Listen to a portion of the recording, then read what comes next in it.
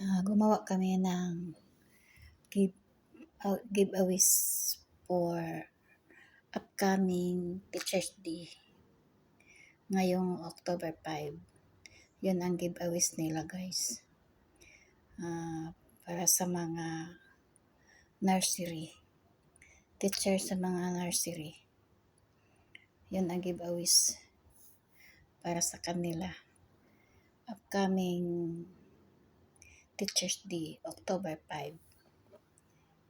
Yun na, guys. Ganda, guys. Upcoming Teachers Day. Yan. Sa, Nice, sa loob, may chocolate yan.